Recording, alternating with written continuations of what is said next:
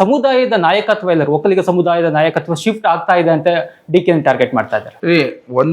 ನಾನು ಅದನ್ನೇ ಹೇಳಿದೆ ಈಗ ಹಿಂದೆ ಟಿವಿ ಅವರಿಗೆಲ್ಲ, ದೇವೇಗೌಡರು ಪ್ರಧಾನಮಂತ್ರಿಗಳಾದಾಗ ನಾವೆಲ್ಲ ಸಂತೋಷ ಪಟ್ಟವ್ರಿ.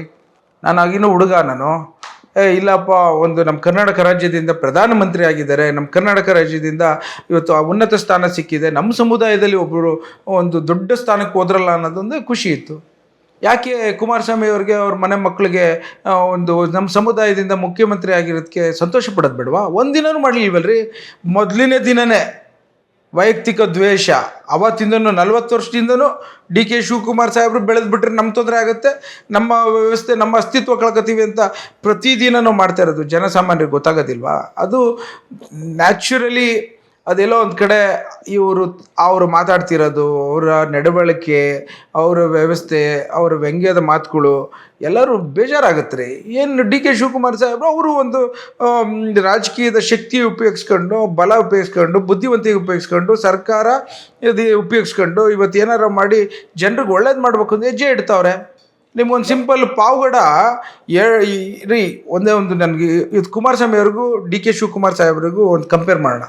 ಪಾವಗಡ ಅಲ್ಲಿ ಡಿ.ಕೆ ಶಿವಕುಮಾರ್ ಸಾಹೇಬರು ಪವರ್ ಮಿನಿಸ್ಟರ್ ಆಗಿರ್ತಾರೆ, ಒಂದು ದೊಡ್ಡದು ಆಗಿ ಒಂದು ಸೋಲಾರ್ ಪಾರ್ಕ್ ವಿಚಾರ ಬರುತ್ತೆ. ನಾನು ಅದು ಕಣ್ಣಾರೆ ಕಂಡಿರೋಂಥದ್ದು. ಬೃಹತ್ಕಾರವಾಗಿ ರೈತರುಗಳು ಜಾಗ ಕೊಡಲ್ಲ ಅಂತಾರೆ. ನಮಗೆ ಇದು ಏನು ಜನ್ರೇಷನ್ ಆಫ್ ಕರೆಂಟ್ ಸಾಲ್ತಿರಲ್ಲ, ಅವತ್ತಿನ ದಿನ 8,000 ಮೆಗಾವಾಟ್ ಅಷ್ಟೇ ಇರುತ್ತೆ. ಹೇಗಾದರೂ ಮಾಡಿ ಅಲ್ಲಿ 4,000 ಮೆಗಾವಾಟ್ ಮಾಡಬೇಕು ಅಂತೇಳಿ ಪ್ರಥಮ ಹೆಜ್ಜೆಯಲ್ಲಿ 2,000 ಮೆಗಾವಾಟ್ ಮಾಡೋಂಥ ಸಂದರ್ಭದಲ್ಲಿ ಬೇಕಾಗಿರೋದು 25,000 ಎಕರೆ ಬೇಕಾಗುತ್ತೆ. ಆಗ ರೈತರುಗಳೆಲ್ಲ ಬಂದು ಯಾವುದೇ ಕಾರಣಕ್ಕೂ ನಾವು ಇದಕ್ಕೆ ನೀವು ಮಾಡ್ತಾರೆ ಸರಿ ಇಲ್ಲ ಅಂತ ಹೇಳ್ತಾರೆ. ಇವರು ಒಂದು ವಾರ ತೆಗೆದುಕೊಂಡೋಗಿ ರೈತರುಗಳಿಗೆ ಯಾವುದೇ ತೊಂದರೆ ಆಗದೆ ಇಲ್ಲ ಅವ್ರನ್ನೇ ಪಾರ್ಟ್ನರ್ಶಿಪ್ ಮಾಡ್ಕೊಂಡು ಗೌರ್ಮೆಂಟ್ ಜೊತೆ ಪ್ರತಿಯೊಬ್ಬ ಕುಟುಂಬಕ್ಕೂ 21,000 ಪರ್ ಏಕರ್ ಕೊಟ್ಟು ಇವತ್ತು ಇಡೀ ಏಷ್ಯಾದಲ್ಲೇ ಬಿಗ್ಗೆಸ್ಟ್ ಸೋಲಾರ್ ಪಾರ್ಕ್ ಮಾಡಿದ್ರಲ್ಲ. ಇದು ಒಂದೇ ಒಂದು ಯಾವ್ದಾದ್ರು ಕುಮಾರಸ್ವಾಮಿ ಅವ್ರು ಮಾಡಿದ್ರಾ?